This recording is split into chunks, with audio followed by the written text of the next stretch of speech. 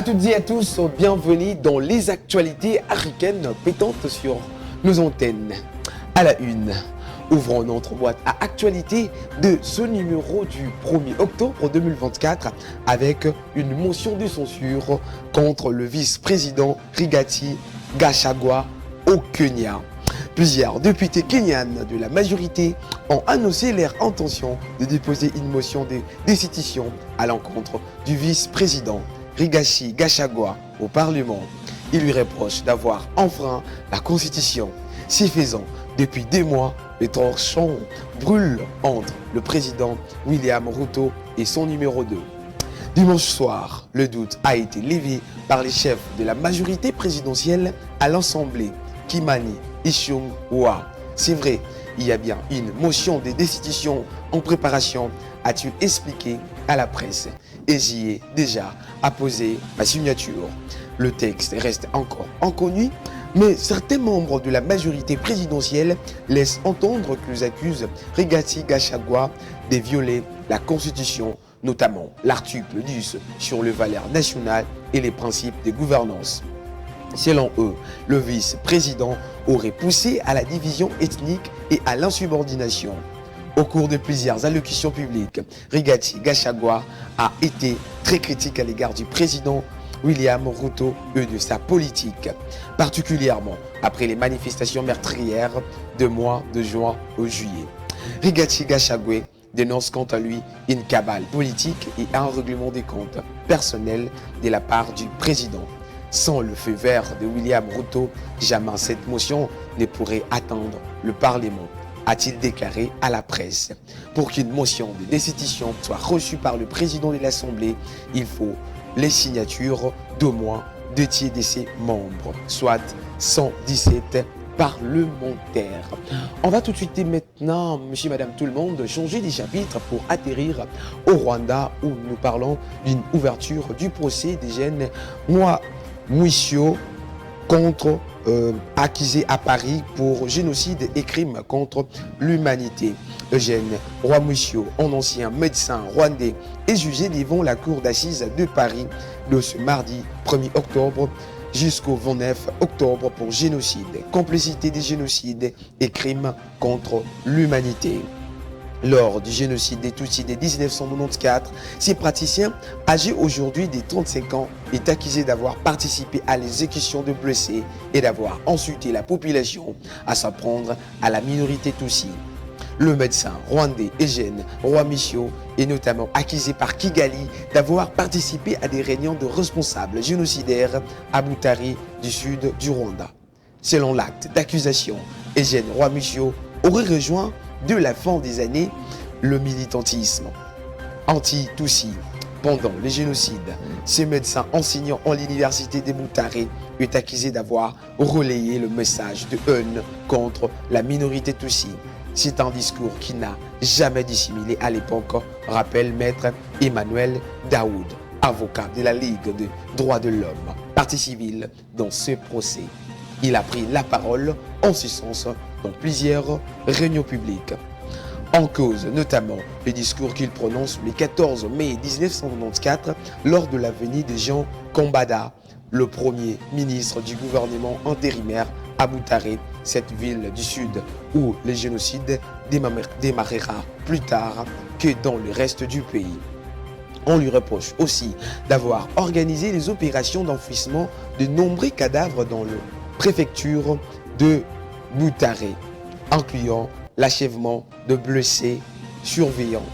Ces instructions étant données aux interrogoires ou aux prisonniers en charge des enfouissements. Des enfouissements qui ne nient pas Eugène Rwamushyo selon son avocat, maître Philippe Meilak. Mais il était médecin et il y avait des cadavres à l'air libre, explique-t-il.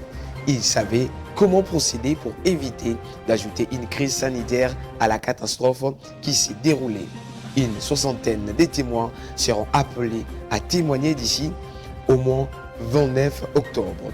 Eugène Rwamushyo encourt la réclusion criminelle à perpétuelle.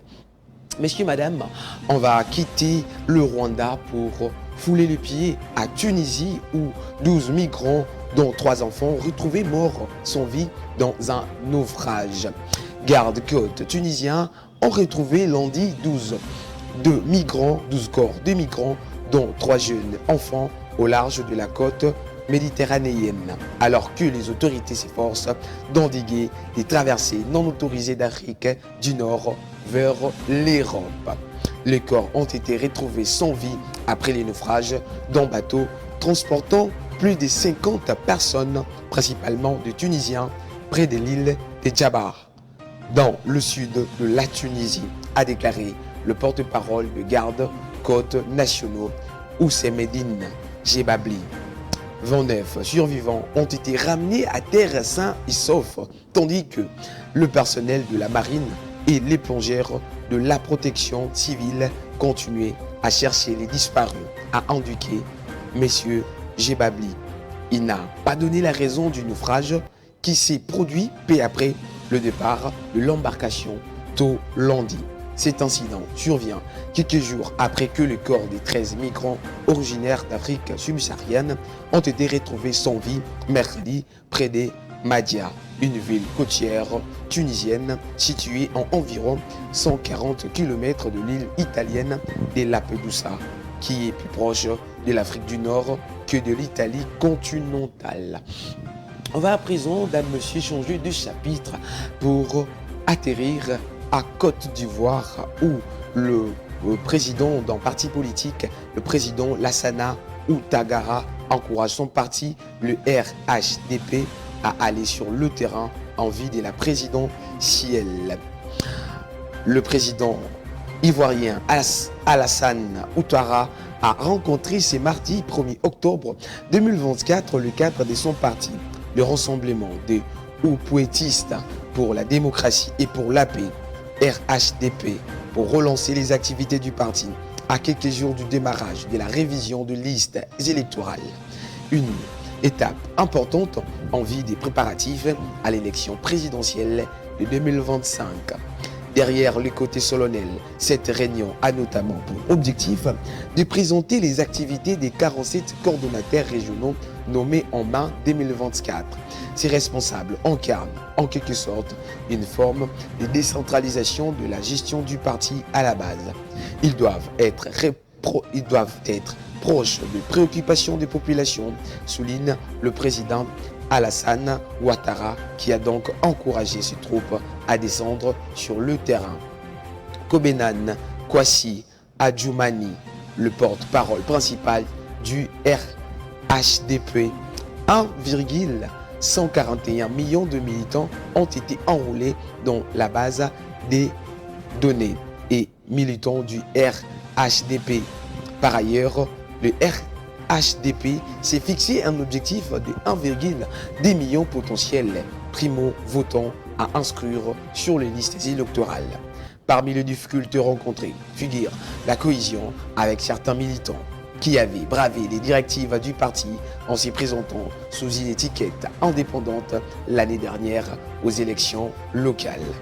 Le président du RHDP nous a demandé de leur tendre la main et de faire la paix, insiste le porte-parole du parti. Au-delà de la mobilisation autour de la révision de listes électorales, le parti devra aussi préparer un congrès dont la date n'a pas encore été fixée. On va à présent changer de page pour arriver au Cameroun où le procès de l'assassinat du journaliste Martinez Zogo se poursuit.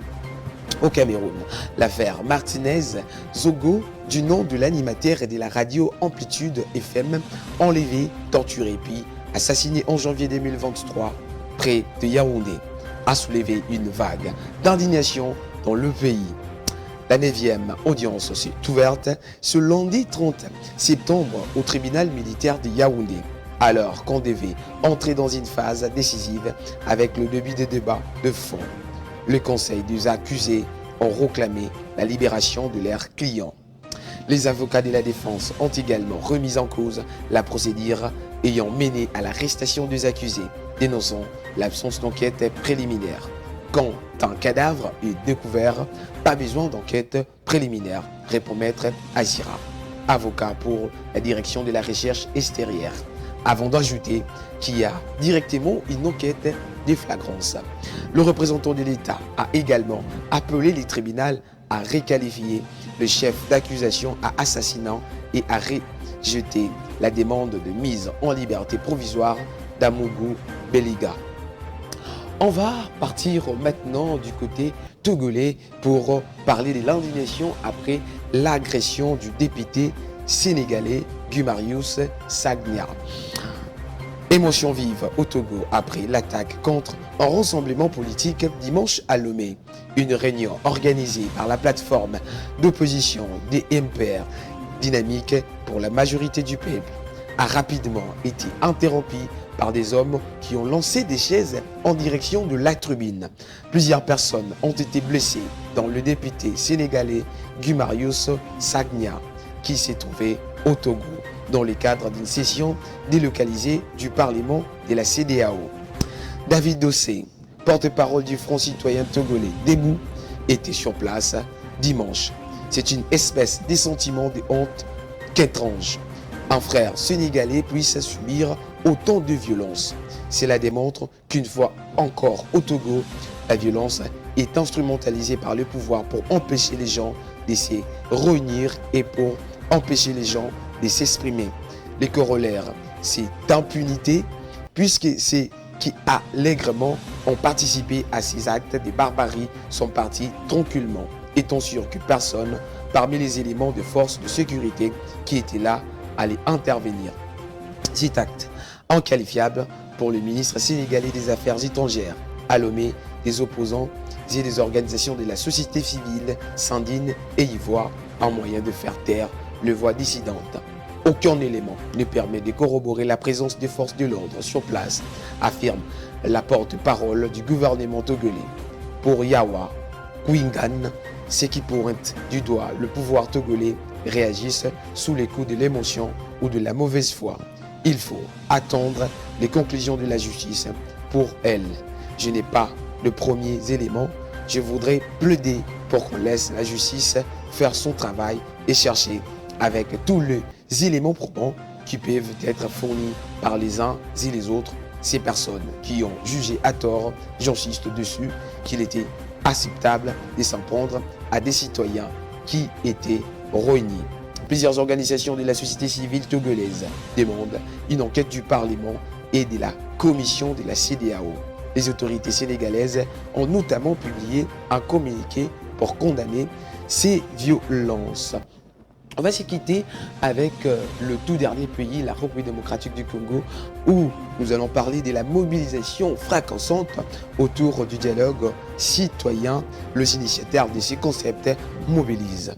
Après le lancement officiel réalisé en Kamba, Nouvelle-Jérusalem, le cadre du dialogue citoyen a organisé la mobilisation le samedi 28 septembre 2024 à l'échangeur de Limete. Le tout a débuté par une cérémonie au mausolée du héros national Patrice Emery Lumumba. Selon Maître Justus Chikona et Fabien Kalala, respectivement président et communicant du dialogue citoyen, les dialogues précédents n'ont pas profité au peuple congolais. Ils ont plutôt servi au partage des postes. Ils ont ajouté qu'ils consulteront tous les Congolais de toutes les couches possibles après avoir consulté spirituellement Simon Kimbangu en Kamba et Patrice Emery Lumumba à Kinshasa. Le cadre du dialogue citoyen demande à tous les citoyens congolais à s'approprier de ces concepts pour un Congo fort, prospère, où il faut vivre la redevabilité.